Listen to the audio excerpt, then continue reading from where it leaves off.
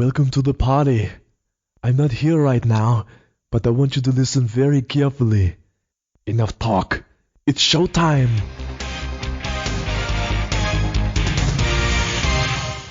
Hello and welcome to Bags of Action. My name is Steve and my co-host is Pete. Hello. This episode we are talking about Grosse Pointe Blank from 1997, part 2 of our Cusack attack. Indeed. Which is our trilogy devoted to John Cusack. Yeah. And I think we've both seen this film at least a couple of times before. This is only the second time I've seen it, actually. I was a bit reticent about watching it again because I didn't really like it the first time I saw it. Interesting. And I won't spoil how I feel about it now, but yeah, because I remember thinking, well, it's kind of a... I think when it came out, so it was 1997, I was obviously quite a lot younger, but I think I was much more... Well, I want the action. It's an action film. Come on, action, more action, please. And this, more bags. Yes, exactly. Well, ironically, now, doing a show about action films, I'm much more inclined to go, this is really well written, and it's funny, and it's smart, and all the other things, which actually, you come to appreciate. So I think maybe my relationship with this film and Con Air may have swapped places, possibly, over the last 20 years. How strange. How very strange.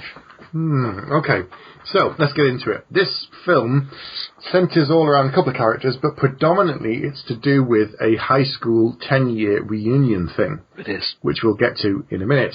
But the main character, played by John Cusack, is a guy called Martin Blank. Blank. It sounds like anyone in the UK listening to this, whenever you say that, it's very confusing. It feels like blankety blank. Yes, this is a quiz show. Missing word quiz show in the UK, and they do something slightly different thing in other countries where they give you a key phrase and you have to put in the fake word, but they say blank instead of it. So that's not that today, although we might have to do some kind of Bags of Action type blankety blank thing in the future. Maybe. For a quiz episode, that would be quite fun. Get a few people on and then the host can choose the best blank. That's a nice idea. Well, like Liesl Blank. Nice. Nice. The man with a golden blank. Nice. I think we should move on. Okay. So it was written and produced by Steve Pink and John Cusack. Yes, which makes sense. As commenting I'm going to come on to later on, but the fact that he's involved in the writing of it makes sense to me. It's a very John Cusack kind of character that he plays. But Steve Pink wrote High Fidelity, or adapted High Fidelity, which I'm assuming may be where they met. Because then later he directed Hot Tub Time Machine, which is also... So they're obviously firm buddies.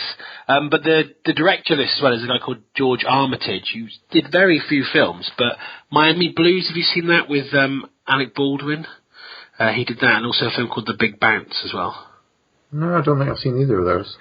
But again, you look back at kind of, from a cast perspective, you've got John Cusack, you've got Joan Cusack, buy one Cusack, get one free. You've got Minnie Driver, the stupidest name in Hollywood. Alan Arkin, always excellent. Dan Aykroyd, always excellent. Hank Azaria, always excellent. And again, I think in 1997... I found Hank Azaria annoying. In 1997, I didn't particularly rate Minnie Driver as an actress. In 2016, I have the opposite opinion of both those things. I think Hank Azaria is brilliant in everything he's in, and I think Minnie Driver's actually got a very good range. So, again, Still got a silly name, though. She still has a silly name. Very silly name. That has not changed in 20 years. Minnie Blank or Blank. Well, if she marries... Well, she wouldn't be called Minnie Blank if she married him, because that would be the real person marrying a fictional character. I've not been very well. Apologies for Pete sounding like he's been fed through a wood chipper. Sorry. He has. Sorry. So, this is an unusual character for John Cusack, in that he plays a hitman. He does. The film starts with him watching somebody. We think he's trying to kill them at the front door of a building, and in fact he's there to protect this man because a cyclist is riding down the hill with a silencer. But he's on the phone while he's doing that. Yes. And it just feels really matter of fact. That's one of the things I love about it, again, rewatching it, is that this is a hitman, but it's not like some buffed up, kind of pumped up action guy. Assassins! Well, quite. It's actually someone who, if this is your job, at some point it just becomes your job. And that's what this film is kind of, in a way, how it puts things together. It's like, yeah, okay, this guy has got a life, he's a person. He's obviously not completely with it, because that's probably what led him to this kind of job. But equally, this is his job. This is what he does, and when he's finished, he goes home. Mm-hmm. And it's just interesting to see him treat it as a job, really. They all do, because we get these things later on talking about a union and things. It's hilarious. Yeah, so he's trying to, in fact, protect this man, and he was hired to kill the other assassin who rides down the hill on a bike with a silencer, and Martin shoots him and kills him. That was the job he was hired to do. He's putting away his rifle when he looks out the window again, and he sees the doorman of the hotel come out, throw off his jacket, kill both bodyguards, and kill the man he was supposed to be protecting, sort of. And, of course, that is Dan Aykroyd's character called Grosse. It is. And all the time that this has been happening, he's on the phone to his real-life sister, who in this is kind of his office manager, I guess. I would say so, yeah. But it's very matter-of-fact. She's ordering ammunition, I think, and she's trying to convince him to go to his high school reunion because he thinks it'll be a good idea. And I love the way they kind of put those two things together. It's like the things you'd expect in a action movie, assassination attempt and two different hitmen, and at the same time he's just kind of going through this relatively mundane kind of everyday conversation. Yeah. I think in some ways Dan Aykroyd is perfectly cast in this film, because he also has that weird juxtaposition of, if you look at things that he was involved with, going back to Ghostbusters and things, have this weird quirkiness, and yet his character's slightly disconnected from everything. And he has that in this film too. So even when he's rabbiting on and talking with Martin, John's character, he's always going on about something else as well. It really reminded me of Spies Like Us, which I saw as a kid. Yeah, but he had a lot darker character in that. Yeah, of course. So yes, it's all gone wrong. Although technically Martin's done his job well. And my first comment I've written down was, look how big the cell phones are. They're giant. Yeah, it's true. It's crazy. They're huge. And then when he has a headset on later on, I just laughed. Because it's like a phone headset plugged into a giant mobile phone, plugged into a battery charger. I think as well, because it's nice, a lot of the things in this film at the time are probably very kind of state-of-the-art. It's like, well, he's a hitman, so he's got all this top-of-the-range stuff. And that was like 20 years ago. So, but when you look at it now and you go, well, maybe not. But it's also a bit, because the music in the film plays a big part, which is one of the things I absolutely loved about it, because Joe Strummer from The Clash did songs for the soundtrack, but also put the soundtrack together.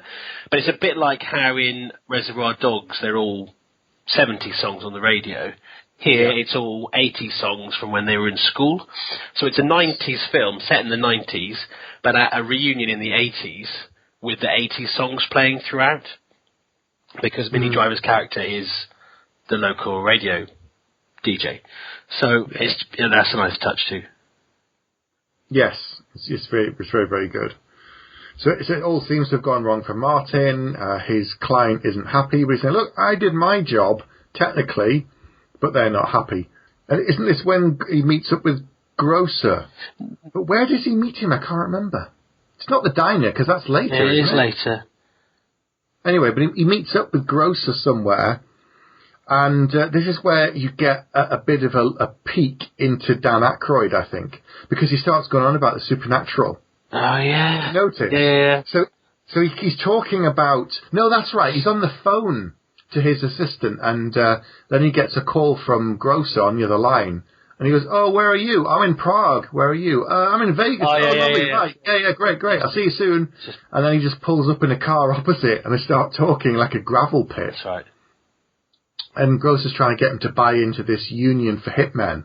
And he's saying, look, it'll avoid embarrassing snafus like what just happened, where, if I'd known you were protecting that guy, I wouldn't have gone and killed the other guy. And he's like, I don't want to be in your union. But then he starts talking about the mystic. Yeah. He starts going on about, well, there's this, that, and the other, and karma, and blah, blah. And I was like, that's so Dan Aykroyd. That's not even his character. But I wonder, when you've got someone like Dan Aykroyd involved, and you've got John Cusack involved, who's also co-writing, whether there's some ad-libbing in this. Because there's a scene coming up very shortly after this, where John Cusack's character walks in this ridiculous jacket, and he calls her Sergeant Pepper. Yeah. And I laughed out loud. And it's like, but it may just have been beautifully scripted, but it just felt like an ad-lib. There are a couple of other scenes where I thought it really felt ad-libbed. If it wasn't, it was incredibly well done. Yeah. But it just felt so organic. I think as well, there's an awful lot of this cast that they're not, well, they're in that cusp between comedy and serious actors. So they've got that kind of heightened kind of, and that's what I, again, really like about this film, is kind of, it's that heightened kind of, it's a little bit surreal in a way and stylized, but it's also quite grounded and real at the same time. But everyone in it, every single character is slightly over the top. Yeah, but not, right. But so not like in an hyper real. But not in an annoying way. Yeah, that's true. So is this the point where he goes to do this another kill with the injection? Yeah, with the he's putting the drop through the ceiling. Yeah.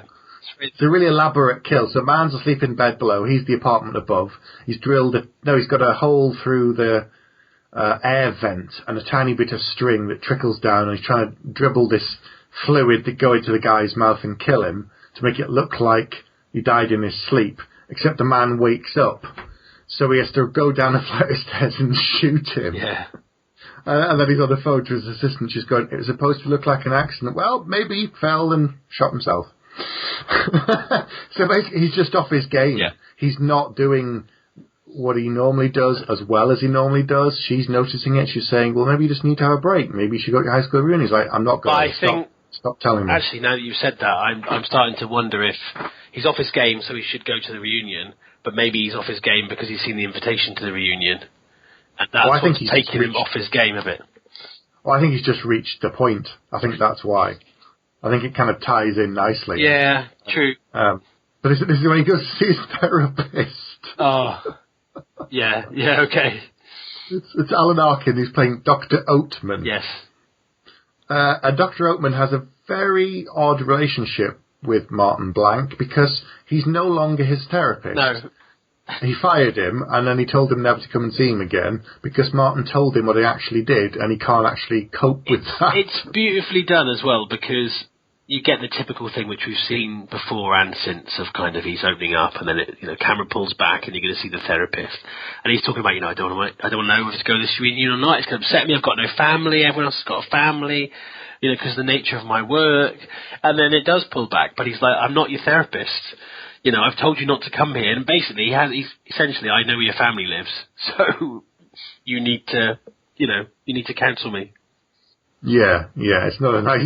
Martin, that's not a nice thing to say. He said, "Well, look, I just need some help." That's what you do, counsel. What would you do if I was a normal guy? And he says, "Oh, I don't know. Go off, do this, do that, do the other."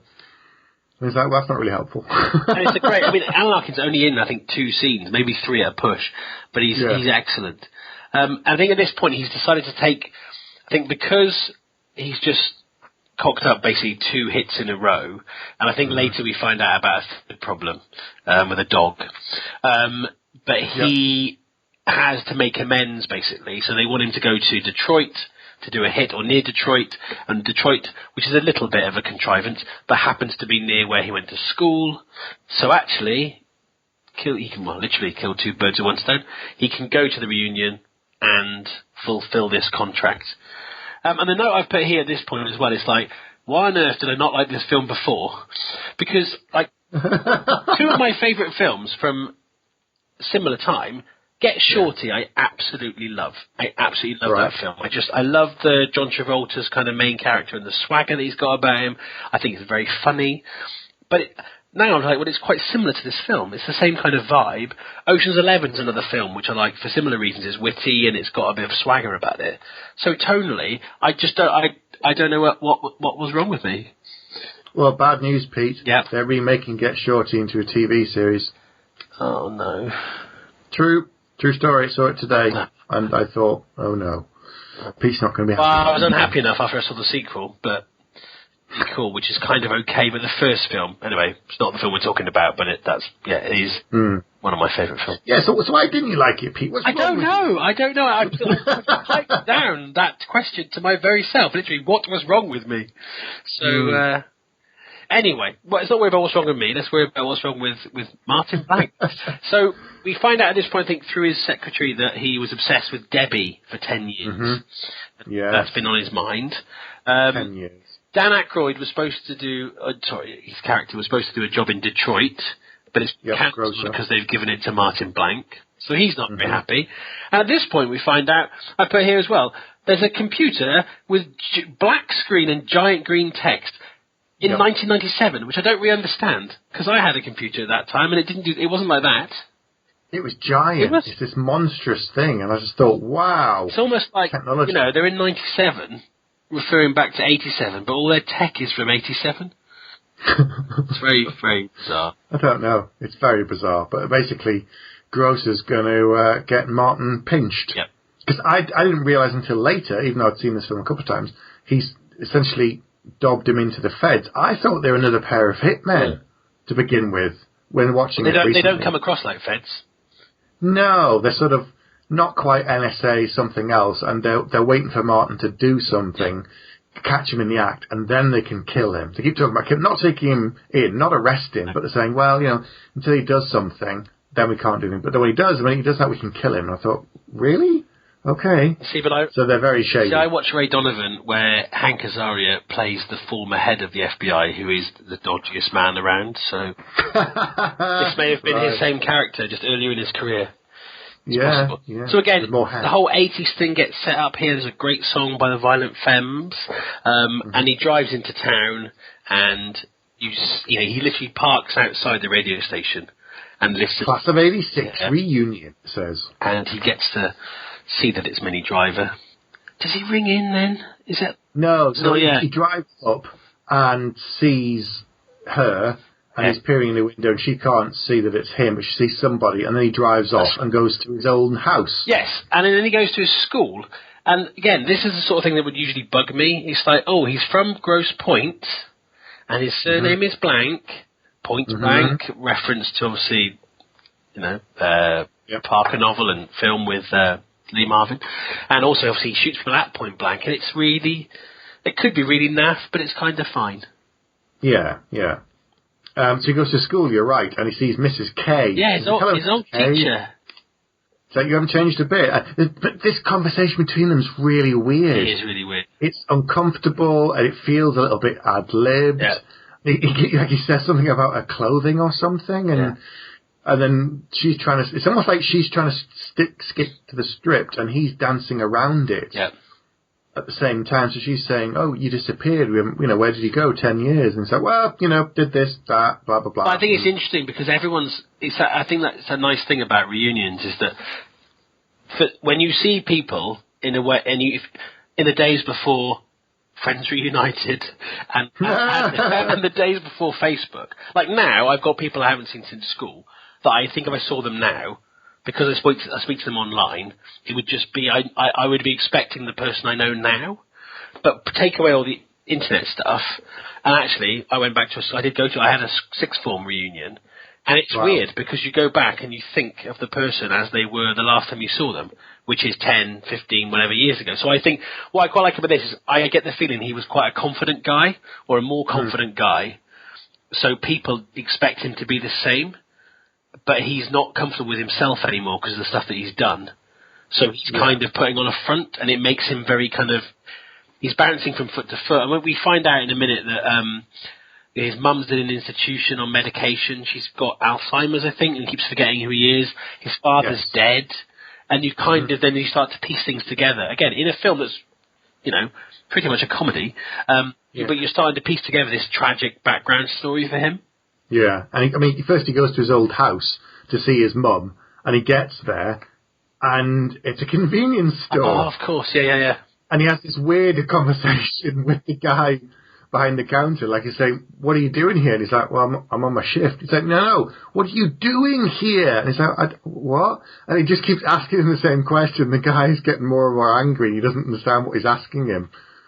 He's trying to actually say, why is there a shop on my house? And how long have you been here? And he's like, I've been working here about 3 months. He's like, no! So his house has gone, essentially, his childhood home, and he doesn't know where it is. And so then he goes to find his mother, and she's still in this, asylum, I guess, or care home. Yeah. Care home, probably. Yeah. So he has a chat with her, all seems very nice, and then she can't remember who he is. And he leaves, then he goes and pours a bottle of scotch or something on his father's grave. And again, 2 very short scenes, but it tells you an awful lot. Mm-hmm. It's true. It's pretty dark. And again, with this, it's a very quick film, but it doesn't hang about at all. Because he goes to the radio station, he sees her, they kiss instantly, which I thought was quite clever. You didn't have that whole kind of dancing around each other for an hour. It's like, phew, there's a relationship in the middle of this, but it's not a rom-com, thank goodness. You find out straight away that he stood her up 10 years ago on prom night, so that's why life has stood still for her and him in a way. And then what I love about this, and it happens throughout the film, is when everyone asks him from now on what he does for a job, he tells them. He doesn't lie. No, he tells them the truth. Very matter of fact, and everyone thinks he's joking. Yep. But I don't think he lies at any point from now on to the end of the film, which I think is a masterstroke. It's true. So they say, "What are you doing?" He goes, "Hitman." And people say things like, "Do you get dental with that?" And he's like, "No, not really." Yeah. And he says to Debi, "I'm Hitman," and she says, "Could I do that?" And he goes, "Yeah, if you want. It's grown business." And but she just takes it as he's playing. He's just doing what he usually did. I think, because she puts him on air, and in my notes here, I put, that's uncomfortable. Well, in my notes I put, would an assassin really be willing to go on a phone-in show?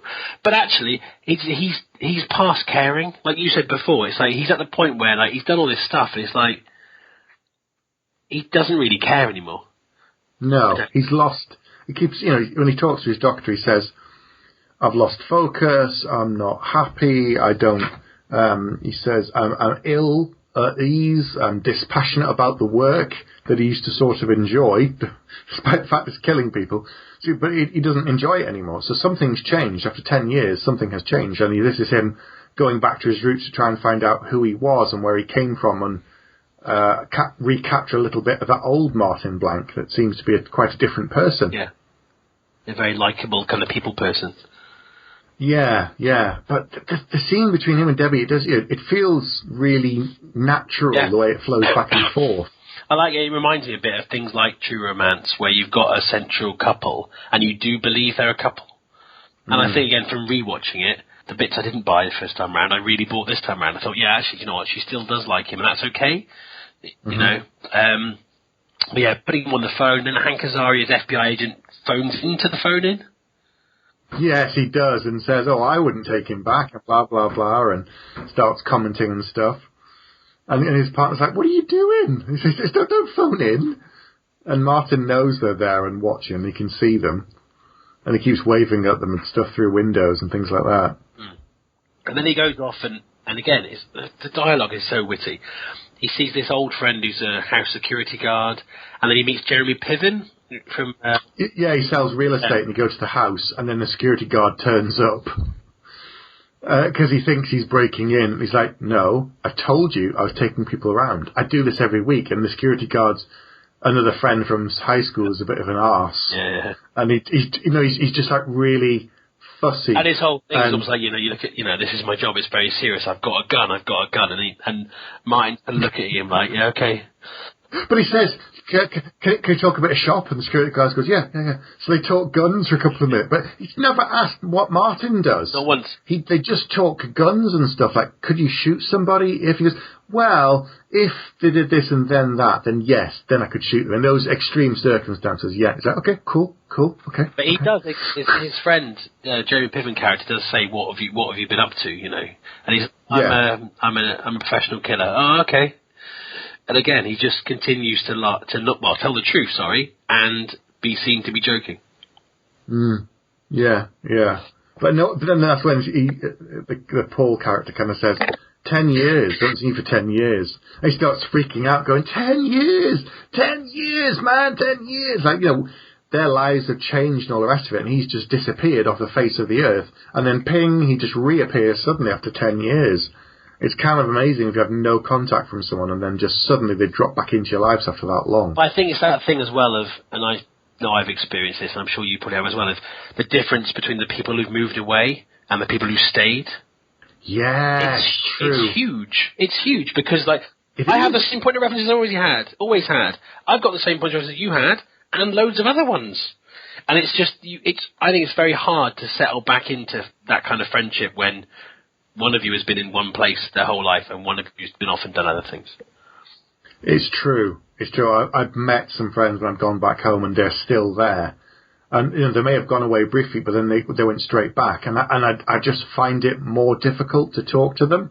They'll say, "Oh, you remember so and so?" And I'm like, "No, not really." "Oh, well, I see him all the time now." "Okay." "What about blah blah blah?" "No, not really." "Oh, well, he's 2 years above us." And I've just got no point of reference because everything they're talking about was people we knew 20 years ago. Well, I'm the same. I mean, I left home at 19. And have never moved back to the area. So when I go back, I see it through teenage eyes. So I don't actually, in a way, it's like, the place hasn't changed, but then I've changed. But I almost, revert to kind of childhood when you go home. It's weird. And then maybe there's a little bit of that in this where he is kind of a little bit uncomfortable and kind of moving from foot to foot because he's kind of suddenly confronted by his past. Yeah. So he goes back to the convenience store to get some food, and whilst he's in there, a little Belgian man turns up to try and kill him. He does. And do you know who that was? The little Belgian man, yes, no? That is Benny the Jet Urquidez. Okay. He's a fight choreographer and former world kickboxing champion, but he's also John Cusack's kickboxing instructor. So he got the nickname Benny the Jet from the Elton John song. But he's been a fight choreographer in lots and lots of 80s action films. But yeah, he was his kickboxing instructor, I think in other films as well. And from what I read, he was going to be his instructor in this. He went, actually, do you know what? You might as well be the person I'm going to fight. That makes sense because their fights are cracking, the two of them. Yeah. That they have. But this is a gunfight. You've got the store clerk who's an idiot. He's playing Doom, I think, or Wolfenstein. It's a great... Yeah, and he's got the headphones on playing loud thrash metal. And in the background, you've got John Cusack, a little Belgian man, having a massive gunfight. In my notes, it's Doom 2. And when I looked up on IMDb, one of the things someone put was, actually, Doom 2 was never available in the arcade, so this game must have been made specifically for the film. Oh, Lord. There's always one that does that. There's always one. It's just like, okay, that's the bit that sticks in your craw, not the fact that they're having a gunfight in the middle of a quiet town and it doesn't attract the police's attention for like 10 minutes. Yeah, that's what bothers you. Anyway.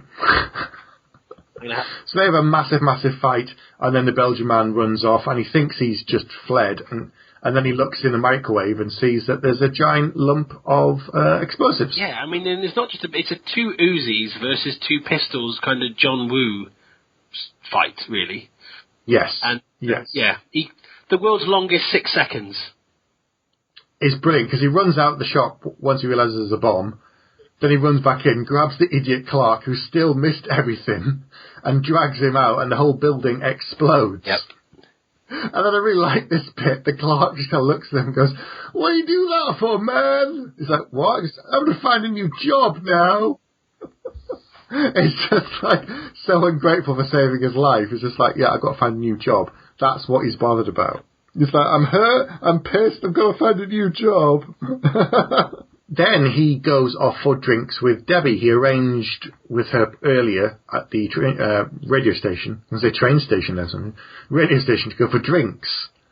And this is where they have this weird, it's like an odd conversation again, because they're trying to work out what each has been doing for the last 10 years, but it's a bit awkward and odd. Yeah, so he keeps saying he was in the army, which feels, and he does repeat that later, it does feel so bizarre for that character, but maybe that's but yeah, he's in the army, and again, he did really stand her up at the prom, and then he asked her to go to the prom with him, and she's almost like, well, you stood me up at the real prom, now the reunion prom, you want to take me? Are you sure about that? I think that's really clever as well, because of John Cusack being this big kind of teen 80s star. Yeah. So kind of, and there's a throwback to one of his other films later, which I'll come on to, but yeah, I think it's really, really clever. and a friend of theirs from high school turns up who's drunk and sits down, and it's almost like for her no time has passed, because she's like, oh, look at you two guys, you're still together. And it's like, right, she's really drunk, because that was 10 years ago. So she doesn't quite understand what's going on, and he goes to the toilet to leave them to catch up, doesn't he? Yeah, that's right. And he sees the two agents, and he knows they're there, and he knows they're following him, and he says, I'm going to be here for like this long, and then I'm going to go there and then there. So if you guys want to meet me out front in half an hour, that'd be fine. Yeah, it's weird, and you start to think he might have a death wish at this point. I think because he doesn't mind kind of leaving himself in danger. Whether it's just because he's so confident in his own abilities, but he's not really fazed by any of this. No, I think he's just a bit listless. He doesn't really know what's going on, and he just feels completely out of it. So it is really, really odd. Yeah, so he gets a call. He calls Marcella's assistant again. Yeah, so she tells him to leave. Like, it's all, there's Grosse is after you, other people are after you. Do you know what? Just call it quits. Come back. She said, no, the job's not done. I'm not. She said, why isn't it done yet? He's like, well, I'm taking my time. He's actually doing exactly what she said he should do. Yeah. But now she's like, it's got more complicated than that. You should leave. And he's like, no, I'm just doing my homework. I'm taking my time, and I'll get the job done. And he hasn't even opened the folder. We see it's a sealed red folder, and he's not even looked at it yet. He keeps playing with it whenever he's in his room, but then he'll toss it aside because work doesn't interest him. He's not there. He's not in the mood for it. He's not the right frame of mind for it, and so he just keeps throwing it away. I think as well, as soon as he got there, saw the old town, saw some old familiar faces, the girl he left behind. I think that thing I said before about kind of, if you're suddenly then in the mindset of yourself 10 years ago, you're almost temporarily not the person who's done all these things. So it's much harder to put that kind of your work suit almost back on. It's true. There's like a bit of a weird scene where he goes to visit Debi. So I wonder if this was improvised as well. Just very odd. So it's the same night. He goes to see her, and after the date, and she's obviously gone home and stuff, and he just kind of goes to her house again and says, do you want to go to the prom with me? And then she sort of says, if you give me an airplane, I'll think about it. And I thought I'd misheard that, and I thought, what? And he gives her an airplane where he balances her on his legs, and she flies in the air. It's bizarre as well because she's apparently left home, but she's moved back for some reason. I can't remember why. Some work being done or something. So she's back in the old bedroom when she was a teenager. It feels like a scene from Dawson's Creek. It does a bit. Yeah, because he's saying, is this the same bed? And she's like, yeah. He's like, oh, okay, right, okay. So it's just really peculiar. It's like this massive, massive house that she lives in, and she's in like a tiny little... Because the other thing I thought at this point was, he's obviously in love with her. That's, pretty obvious. Yeah. But he's still there, so he's actually putting her in harm's way. Which actually, if he left, all the problems go with him, potentially. Yeah. But she agrees to go on the date with him, despite, and she's saying, you better be there this time. And he's like, yeah, I will, no worries. And at that point I thought, yeah, it's going to be a comedy of errors, and he's not going to get there on time, and something's going to go wrong. Yeah, I misremembered it from this point on and thought, this must be where it starts to jump the shark and goes, yeah, exactly as you said, when it becomes more like a traditional kind of, teen comedy almost. It really doesn't. No, it never feels like that at all. It doesn't, So next morning goes to breakfast at a diner, and Grosse turns up again. Yeah. And they've both got a gun on each other. Grosse's got one in a brown paper bag. Oh, I know. And he's got one under the table under a napkin. And there's a whole conversation of again, it's very matter of fact to both of them. There's a whole conversation that basically the real reason he's in so much trouble is because he killed someone's dog. Yeah, and he's still asking him to join. Yeah, the union. He's like, I don't want to be in the union. He goes, there's a clue in the name, lone killer. I'm not supposed to have any friends. This is why this job is perfect for me. I don't even want to talk to you right now.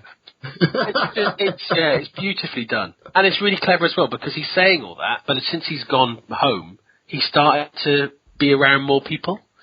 So, they both got their guns out, and it's a very funny scene. But they've both got really specific orders. Something I love about Dan Aykroyd in this film, and in other things he's done, he talks really, really quickly, but really precisely. Yeah. And so when he orders his, she says to Martin, what do the waitress, what do you want? And he goes, an omelette. She goes, what do you want on it? And he's like, nothing. Do you want this? Do you want that? He's like, no, nothing. He goes, that's not an omelette. He goes, I'm not going to argue semantics with you. I just want the protein. And I don't know if it's true, but I just almost wish that Dan Aykroyd's whole part was just improvised. Yeah, his was brilliant. She's like, what do you want? He goes, I want this, I want that, I want hash browns, sunshine, blah, blah. And it's so precise. And he's like, oh, that'll kill you. He goes, no, I've got these tablets, blah, blah, blah, do this, do that, do that. So, but he rattles his dialogue out. It's almost like he could be in the West Wing, because he could rattle out the dialogue and walk fast and talk fast so easily. But it's like, doesn't he give him a head start then to run out? Yeah. He sort of says, I'll even give you a head start. And then because they're now at odds. They're not pretending anymore. He's not pretending to be there. He's accusing Grocer of selling him out to the feds, which he denies, of course. Yeah. As part of the whole join the union thing, and then you have to worry about this, and it doesn't go well, and so Martin leaves before they have their breakfast as well. Yeah. Which they always do in films. They order something complex and then they never eat it. No, I don't think anyone. The only person I've ever seen eat their meal in a diner was Jean-Claude Van Damme in Universal Soldier, and that's only because it was a plot point. Yes, he had to be seen to be eating a lot of food all the time. Mm-hmm. It's true. It's true. It's true. So my note on this bit was, this film is quirky in the best way possible. I am loving it. There you are. So, without giving too much away, I have changed my mind. Okay. So, and he speaks to his shrinking on the phone at this point, doesn't he? He does. He rings him up, and doesn't he? Is this when he rings him up to fire him? Yeah, that's right. But he's actually in an appointment with someone else, and he gets his answering machine. Yeah. And he's just repeating his awful bedside manner back to him, saying, take deep breaths, and he's like slamming his answering machine with his fist, the Dr. Oates, trying to turn it off. But yes, he fires. He decides to leave the gun at his room. Yes. He's not sure, but he's thinking about what his doctor said. So he leaves. He's like, leave the gun at home. Don't kill anybody. Just go. And he goes, okay. So he goes to see Debbie and pick her up. She's got flowers for him, which is a nice little flip. And he's chatting to her dad, who is one of those actors, I don't know who it is, but he's been in lots of things. You're going to tell me now he's in Babylon. I'd have to go and look up. Hang on. Was he in Babylon 5 by any chance? Mitchell Ryan. Okay. There you go. He has been in he was the general in Lethal Weapon. Oh, okay. Yeah. Remember? Yeah, I do know. That's probably where I recognised him from.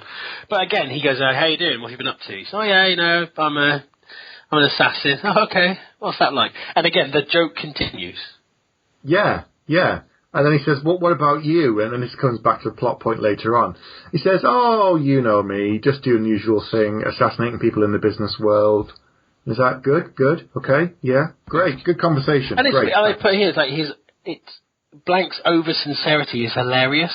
I think he's trying so hard to show a genuine interest in people that he just comes across like, I don't know, halfway between being really cool and being an arse. And I think, again, in 1997, I thought he was an arse. Now, I just think it's a brilliant role. He's so disconnected. That's the thing. He can't relate to people. He doesn't know how to do it anymore because he's changed. Yep. They have changed, but not nearly as much as him. And he's trying so hard, but it doesn't work because it sounds artificial. Yeah. Even the way he structures what he says. Yeah. But it's just because that's why it sounds so ad-libbed, because it's so weird. Yeah, but it works so well. Because And then this is, again, just a beautiful little moment. It's like the Greco-Roman wrestling coach starts talking to him, and he's like, it was me that phoned in and took the mickey out of you. It was me. And it's like, again, it's almost like, that'll get you back for the thing in school 10 years ago. It's bizarre. It's bizarre. It almost feels like it should be 20 years later, though, not 10 in a way. Because 10 years, I don't think is that long. But it's horrible. So they go to the reunion, and there's this poor woman giving out the badges on the desk. Oh, she's like the most lonely, bitter, hateful woman. Yeah. And then she's still living in the past. Like she says, "Oh, look, you two still together, and oh, haven't you changed?" Yeah. And oh, right, Martin, where did you go for 10 years? And he's like, "Okay, yeah, thanks, okay, bye." And then she just like blanks them, no pun intended. And looks at the people behind them, and he says, "Oh, okay, so we're done talking. Okay, great, thanks, bye." And they just walk off. It's so uncomfortable. It's just so artificial. Yeah. Like her attempt to be pleasant and nice and friendly to these people she's never seen in 10 years, and it's just so hideous. And I think it's all slightly heightened, but it also rings really true. It does. Yeah. That's what's so odd about it. But I mean, but there's a character now. There's a throwback to one of Cusack's earlier films. So, go on. What's her name? Jenna Elfman? It's her first ever film role. She turns up in a body brace, but that's because of the film 16 Candles, which John Cusack was in, which had a character in a body brace. But I didn't get that. If you read through IMDb, there's probably about 15, 20 things in this film that are all little things like that. And also, I think all of John Cusack's family, bar one, are in the film. His parents, obviously his sister. But it's a really good film anyway. But there's loads of little things in the background that are extra little moments. So we get these painful meetings with the various people there. Important plot point: there's a guy who sells, I think it's insurance. And he gives him a pen, and he goes, "Oh, great, thanks." Then he meets the woman in a neck brace and finds out that I can't remember what she did though. It was something really weird that made her end up in the neck brace. No, wasn't it? She was going to do something amazing, and then it was something really mundane, like she slipped her in the kitchen the day before she was going to do like skydiving or something, and she's like, "Yeah, but that's not what did it." And there's a scene here where he just gets stared out by a baby. So this baby is just there, as babies sometimes do. Funny enough, someone brought a baby into work today, and that was about maybe a year old, and it was literally just looking at me. No facial expressions, just looking straight at me. And I was looking back, and it reminded me of this, because this baby's just like, it's like a painting following you around the room, and it's just a little throwaway moment. But what they do really well, it's the perfect place you can do this, and a lot of films in the 80s have done this, but the reunion or the prom, whatever, is great because you can move the central character around different people and just make stuff happen behind it. So then he takes a photo, but he takes a photo with a spy camera. Yeah. With like a little kind of James Bond thing out of his pocket. And then, of course, we meet someone from Walking Dead. Yes, I was going to say, but after all the hideous meetings of various people, the fact that he finally meets this woman from high school who remembers him, and she's quite nice, and she has the baby. And yes, sorry. Yes, that kind of moment. No, it's just following what you were saying. But he actually has a nice meeting with someone. Yeah. And Debi knows this woman as well. Yeah. And she's there holding the baby, and he takes the picture. And it's this weird kind of odd pseudo-family moment. What could have happened. Or for a split second, he was like, this is what could have happened if he'd stayed. Or actually, if he just erases all the other stuff he's done, this is what he could have now. Yeah. It's so about there because you get that weird staring moment. Yeah. It keeps flicking, and it's like he's looking at the baby, thinking, "That's his conscience." That could have been me. That could have been me in there, part of me. That could have been my child, and he's just like slightly freaked out, and the expressions on his face, and the baby just stares at him, as they do. Yes. And then he meets the guy from Walking Dead, Bob, who's guy with a big flat top who plays Abraham in... yes, Michael Colditz. Doesn't look any different. Not really. No. Bit thinner. That's about it, really. Maybe. And he plays a bit of a dick. Mm-hmm. Really. Which, again, is what you expect. It's got like a Karate Kid vibe almost to it of, someone being a bit of a dick. Yeah. But he has this kind of weird scene before that, I think around that time, where he sits in the bleachers with Debi. Oh, no, this is now, I think.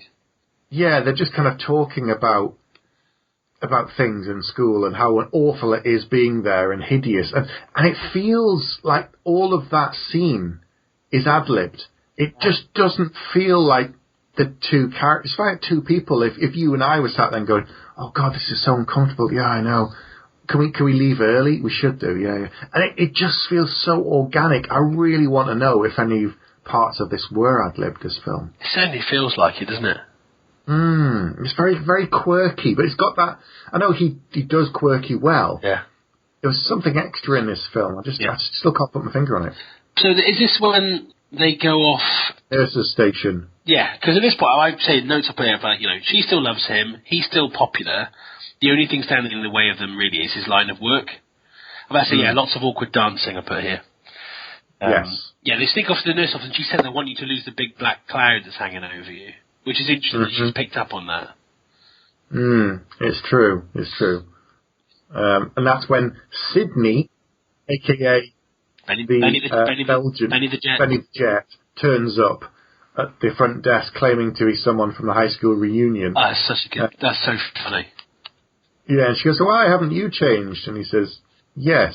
And that's it, something like that. He walks in. And the odd thing is, the good thing, I guess, is we don't get the gratuitous, weird sex scene between the two of them. No. We see them going in, and then we see them coming out the nurse's station, and that's it. Yeah. And that's when he meets Bob, the arsehole, who's trying to, bully him again. Yeah, he's thrown his... Because he blanks him earlier, and he goes, do you remember me? Remember? He goes, no, you're drawing a total blank. And walks off. But it's really weird. This is really weird as well, because he's like, it just reminds me of Going Home and people selling scores to settle, and it's like, he's almost like it's pathetic. And then he's like, I want to read you my poem. He just disarms it completely. Debbie walks off to go, and he says, we'll meet up for in 10 minutes and leave. And she walks off, but then she kind of comes back and sees him talking to Bob, who's falling for a fight, and Martin just pulls him apart without even touching him. No, just by talking. I think it's that tough guy versus real tough guy, and school tough versus the real world kind of thing. And it's just that thing of someone with loads of front. And if you kind of, it's typical bully, isn't it? If you talk them down, particularly when it's someone who's got hang-ups about school, if you start going back, I had a bit of a run-in with somebody that was an absolute head case that I was in school with when I went back home for a weekend, and literally grabbed me up an alleyway with a broken bottle, and I was like, this is not good. And I just went, you never liked me in school, you never liked me. And I was like, no, I really liked you. And he was like, what? I really liked you. Did you? Yeah, I really liked you. Decent guy. Oh, thanks for that. Sorry, mate. A bit of a misunderstanding. And then he walked off. It was a bit scary, if I'm honest. But it's that thing of, he disarms him by... He just gets to the real person underneath who is actually very insecure, who reads him out a poem, and then they have a hug. Yeah, because he says, there's nothing here between us. There's nothing. Because there's obviously something else. What is it? And he goes, well, I write poetry. And he's like, okay, can I read some of it to you? Okay, sure. And he goes, is it long? Well, I'm just going to skip to the end. It's so funny. It's just so touching and weird and funny. I do like it. It's almost this guy with no humanity. But actually, he's got loads, because he's actually been really nice to everyone apart from the people he's killing. It's true. Then he goes back to his old locker, opens it up, reaches up the top and finds an old spliff that he left there from 10 years ago. And he takes it out and looks at it, and it just crumbles apart in his hands. And then this is when he has the only fist fight in the film, I think. It's a bloody good one. Oh, it's so good. So Benny the Jet, the Belgian hitman, turns up to kill him. It's so brutal. And again, because they've trained together, it's really close quarters stuff. It's really good. Yeah, the sweat's pouring off him. It's kickboxing, and he kicks John Cusack at one point and sends him across the corridor. And then at one point he kicks this little guy I felt really sorry for, and he slams into the lockers. It looks really painful. And then... And it was a nice bit of foreshadowing before. Yes, because he left his gun at home. He hasn't got any weapons. The other guy hasn't got any guns. And so he uses the pen that the guy gave him to stab the assassin in the neck. In the throat. It's pretty brutal. And then it goes very Reservoir Dogs with kind of black suit, white shirt, blood kind of thing. And then she walks in and sees this. And this, again, I'm kind of, music is my thing. So not only does she walk in when 99 Red Balloon starts, but it's the German version. of 99 red balloons, which makes that perfect. For me, it's just one perfect little moment that she walks in, sees what's happened, and 99 red balloons starts. It's true. It's true. But the other note I put here, I'm assuming in 1997 there was no CCTV in schools. Because metal detectors or any of that stuff in America. Yeah. Because now, I think they'd have been on to him in minutes. Because he takes down one of the banners for the event. Yes, and he wraps him up. The dead body in him. And his mate turns up, Jeremy Piven. Paul turns up and he helps him wrap the body. He's like, I thought you were joking. He's like, nope. He said, well, what did you? I didn't tell you. You know, and he goes back. Yeah, they go and throw it in the furnace. They carry the dead body downstairs and burn him to death. Well, get rid of the body, should say. He's already dead. Yeah. In the furnace. Yeah, which is just. But I love the fact that they then go back into the main hall, dusty, walk up to the bar, and everyone is absolutely wasted, which is exactly what would happen at a reunion. Is that it's a couple of hours in and everyone is absolutely hammered. There's no sign of Debi. Actually, it's this point that he calls his therapist and fired him. Actually, after that, right. But he's got his gun out now, I think. Well, Paul asks him. He sort of says, "Hi, Paul so-and-so. What do you do, Martin? Who are you?" Because he just suddenly realised he doesn't know Martin at all. No. He really doesn't have a clue. It's not good. It's not good. And does he leave? Does he leave? Then go back to the hotel. Yes. Yeah. Sorry. So that's where he's got his gun out, and she comes to see him, and then he basically explains his backstory in a way. He's like, I wasn't joking. The army psych evaluation led me to be a government spook assassin, but now I work for, I'm a freelancer, and I really like my job. But I love that as well. He's so honest, brutally honest. He could have at this point gone, but I hate it. I'm ready to quit. It's never really been me. Having seen you has made me realise the error of my ways. Because do you know what? I really like my job. I've got my own logic, but I'm not a civilian, so I don't, you're not. So I don't expect you to understand. And it's really, it's almost like I haven't got a moral code, so I'm sorry. I just think it's really touching. Yeah, he's got this moral flexibility that they identified, he says, and that's what essentially they then loaned him off to this other place. And you get the sense that maybe the reason he left her behind was because he knew what he was really like, and he was kind of saving her from what he was really like, because otherwise there's no real reason for him to have just kind of stood her up. I don't know. I think some of it is that he really didn't want to end up stuck in that town. True, which having seen the film, I can understand. But he had nothing keeping him there apart from her, and of course that's the thing he'd been obsessed about for the next 10 years. The fact that his mum wasn't right, but he'd left. He's trying to take care of her. His dad was a drunk or dead. The whole town was full of people that he didn't really know, and he didn't know who he was. So he just wanted to get away from it all and start over, and that's why he went and joined the army straight out of high school, which is odd, but it happens. So yeah, she leaves basically, not sure quite how to cope with what he's been told. And then I think it's this point we see Marcella, his office person, smashing up the largest computers I've ever seen. She's throwing them around. She's closing up the office, as she says. They've gone out of business because he hasn't done the job. So that's the end of that. And then again, this kind of, he's supposed to be this kind of sociopath, but he is really a very sweet guy underneath. And he's like, look under, I can't where the money. Under your desk. Under your desk. There's a pile of money. And then she's like, oh, that's fine. And she's okay then in an instant. You left her like a leaving bonus sort of thing. And I'd completely forgotten the ending.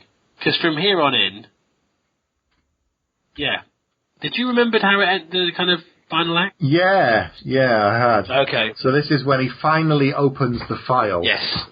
And looks at it. And I thought... So the thing that I forgot was I thought she was in the file. Right, okay.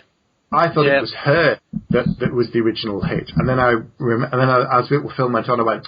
Oh, yeah, it's not. I'd forgotten about it at all. I'd forgotten that the hit would even come up again, so it was kind of a nice surprise. It felt a little bit of a contrivance, but then I kind of put that out of my head and thought it doesn't really matter. Yeah. So she tells him that Marcella tells him someone else has taken the job because he hasn't done it yet. Yeah. And that's what also spurs him on, thinking, because he says it's grosser, isn't it? Yeah. And he opens the file, looks at it and goes, son of a bitch! And that's when we see Debi's dad on his daily jog along the road, and Grosse is coming up behind him. He's waiting for him, isn't he? Yep. With a rifle or something? That's right, yeah, because he basically, Blank puts a car between him and him, really, doesn't he? And he uses a car. Yeah, and Debi's dad says, "Get in the car," and drives him off before Grosse can kill him. And explains that there's a hit out on him, and gives him the file and says, "You've been a naughty boy." And it's this is my whole life. And he's like, "Yep, it is, and that's why they're going to kill you for it."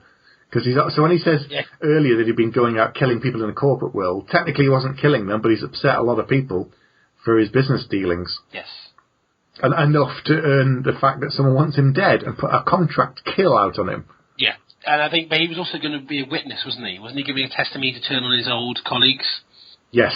I think I put a note here. He knew he wanted to kill people, and that's why he left at the prom. Now, am I just thinking that? Did he actually say that to the dad? I don't think so. No, strange. Maybe it's just my theory, which, now that you've said what you said, I don't think is correct. I can watch it back again now. Yeah. So he goes to the house. Debi's surprised to see him. Then he explains what's happening and the fact that they're coming to kill the dad, and he's going to stop them. And it's this great thing of kind of like, it's almost like hard-boiled with a smile, because it's comedy. There's some out-and-out very funny moments in this whole sequence. That's true. It also shows that he's very, very, very good at his job. Oh, yes. Yes, to the point of he can have this kind of a conversation whilst doing it. Yeah. And, it's almost like John Wick, talking like Spider-Man. It's true. Like he's talking to her about his emotions and his feelings and why he left. And then he'll sort of say, "Oh, hang on," and he'll turn to the front door and shoot someone through the door, and then carry on. And he has this kind of epiphany, basically. He realises why he couldn't commit whilst having this gunfight with a bunch of hitmen trying to come into the house and kill Debi's dad. Yep. Which is, it's just this weird, funny juxtaposition, but it works. It works. It does, and I think, again, the Hank Azaria and the other FBI guy, they turn up. Yes, and they get killed by Grosse and together. Martin. That's the thing. Every now and then they work together, but then they split apart. It's just, it's so good. And also in this bit, I don't know if he realises, or we do, or both, but Blank is a bit of a psycho. However, Dan Aykroyd is a complete psycho. Oh, yeah. And I think that when you see them together, you see the difference. Like, everyone in that union is going to be like that, but he's actually kind of the cusp between normality and this world. And he does get to hit him over the head with a TV set. Because he runs out of bullets and he says, "Oh, I'll spot you on for 50 G's. Yeah, okay. And then as he stands up to pass him the gun, Martin hits him over the head with the television and kills him. Brilliant. Again, which is just a great way to kill someone. And it's so in character for both of them. It's like, I will sell you, it's like, really? You're going to risk, okay. And it's also in character, sod that. It's almost like Indiana Jones with shooting somebody with a whip. There's that bit where he's in the kitchen and he's shooting someone and he's talking to Debi. And whilst he does that, he grabs a pan and goes, "Hang on," and just beats this man to death with the frying pan. There was something about me that the fact I'm laughing at that so much. But it's hilariously funny throughout. And then she's shooting from the bathtub, isn't she? Well, she shoots through the door when she thinks it's someone else. Like, "It's me!" He goes, "Oh, okay." And he opens the door and she's in the bath with her dad, for cover. And he proposes. He does. And the dad gives him his blessing. It's like, "You got my blessing, son." Saved my life. And then the song that's got the start plays again, and then it kind of ends. That you just see them driving off, like Outrun. Yeah, in his car, and that's how the film ends. Yep, he drove in on his own, then he drove out with her. Yeah. So, general thoughts then on your second viewing of Grosse Point Blank? I hate 1997 me. He's an idiot. What's wrong with the man? He was 20 years younger, Pete. That's true. Really. Doesn't have your wisdom or experience. Exactly. This should have been one of my favourite films of all time already. It's so up my street because it's got the action in it is amazing. It's never played down. It's taken seriously, but it's just very witty and very clever. But particularly as we've talked about it again tonight, it's also quite deep and quite profound. It's like a magical little combination of things in a film. Yeah, I'll say a name, and in some ways it kind of encapsulates what it is in that funny drama, seriousness all in one. It's like a proto Joss Whedon film. Yeah. Yeah, because even in Buffy, which is, silly and weird and quirky and funny, you'll get a really serious moment, a touching moment, whilst she's fighting and having a conversation about her emotions. And it's got that same kind of vibe. Yeah, that makes sense. Done. So, well, I just finished rewatching Firefly, and that, right. Obviously the same, that kind of combination of, this person I care about who's also a ruthless killer, who's also very funny. Yeah. So and again, I saw it a couple of times, and I haven't seen it in many, many years, but I always thought fondly of it. And rewatching it, again, what touched me most was the feeling of it being an ad-libbed at times, the really quirky comedy, the character moments that were totally just Dan Aykroyd. They were not really his character. Yeah. His obsession with the supernatural came out in this character. The walk fast, the talk fast, the weird scenes between him and John Cusack. Just so many little bits, as you say, and then the Easter eggs on top. Yeah, I mean, and the casting, looking at it now, is pitch perfect. Everyone in it, the soundtrack is perfect. Again, I possibly would have put this previously on a list of the most overrated films because so many people told me how good this is, and I was like, Grosse Point Blank, really? So again, angry with myself because now I'd put it, it's an excellent film. Another film that reminded me of a little bit, not it's that similar, but a film that I liked because of the kind of quirky, heightened thing was Heathers. Have you seen Heathers?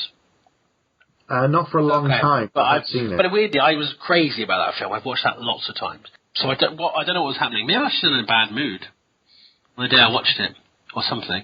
I don't know. Maybe. But yeah, my mind has been completely changed. And of course, made in the same year as Con Air, so he made the two films at the same time in the same kind of comeback period. So strange, though. I mean, there are similarities a little bit in the characters, and yet the performance is so different. The odd. It's almost twitchy nature of Martin Blank. I think, in a way, in Con Air, he's playing it straight in a film that feels like it's being played straight, but is ridiculous and over the top. Right. Are we ready to give it some scores? Yes, I think so. Come with me if you want to live. Shut up, you idiots. It's time to give a score. Do it. Do it now. You go first. Okay. Get the coughing out of the way. Okay. I'm going to keep this very short and sweet. I loved every minute of it. I wish it hadn't ended. I think it's super smart. Brilliantly written, very witty, amazing cast, great soundtrack. Not much action in it, but the action that is in it is brilliant. I think that's what matters.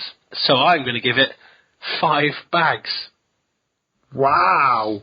Is this going to go into your favourite films list? I think it probably is. It's so me. It's like it's a smart action film that's funny. That's my sweet spot, really. So again, whoever that man was pretending to be me 20 years ago, I will hunt him down and kill him. Oh, no, because you get into lupus status then you'll disappear. Oh, yeah, that's true. Never mind. It's been nice knowing you all. Weird, okay. Right, 5 bags. Right, good score. I was quite surprised by this film, even though, I had seen it a couple of times and there's bits that I've forgotten. And in terms of, if we were doing it purely on a bags rating system in terms of action, then it wouldn't have a very high score. But in terms of, it's a mix of crime and comedy and humour, and the cast and the ad-libs feeling of it, I really, really enjoyed it. A lot more than I was expecting to. And there again, 20 years ago, I think I thought this film was okay. Now I think there are bits in it that are just so well done that I really love the dynamic and some of the interplay between some of the characters. So I'm going to give it 5 bags. Oh, look at that. I was thinking 4, but I thought, what more could I actually want from it? What's missing from it? Nothing.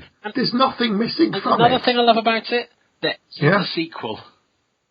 Oh, God, yeah, I'm so pleased. And they're not I hope they're not. Please tell me they're not remaking it. But it's just a wonderful standalone kind of 90-minute, whatever it was, piece of cinema. Mm. Yeah. It was good and clever and quirky and funny. And, yeah, there's nothing missing from it to give it that extra bag. I can't say, I wish it had more of this or less of that, because the cast is so strong, because they're all... Because I know there are only 3 set pieces, really. There's the bit in the... well, no, there's not. That's not true. There's the first assassin... Well, there's 2 assassinations at the start. Yeah. There's the bit in the shop. There's the kickboxing fight and the death with the pen. And then there's the big shootout of the house. When you look at it like that, that's not much different from something like The Mechanic. Yeah. Really. Yeah. It's 5 big set pieces, which actually... I'd rather have that than just, action scene, and nothing else to kind of, no emotional thing and no kind of characterization. So, no, I think it's... Wild card. Yeah, quite. So, next month we're doing Mechanic Resurrection. No, not really. No! No. So, that's it for this episode. We'll be back. Pete's going to go and lie down and take some cough medicine. I am. I'm going to go and... Audition for Roadhouse. That's right. And learn how to... Hey, I thought you'd be shorter. No, I'm off actually for Independence Day 3, nice. Which is a prequel flashback. Round of applause there for our resident Jeff Goldblum. It's my uncle, Anyway, go away. Bye-bye. Bye. You have been listening to Bags of Action. You'd better stick around for the next episode, because if you're lying, I'll be back.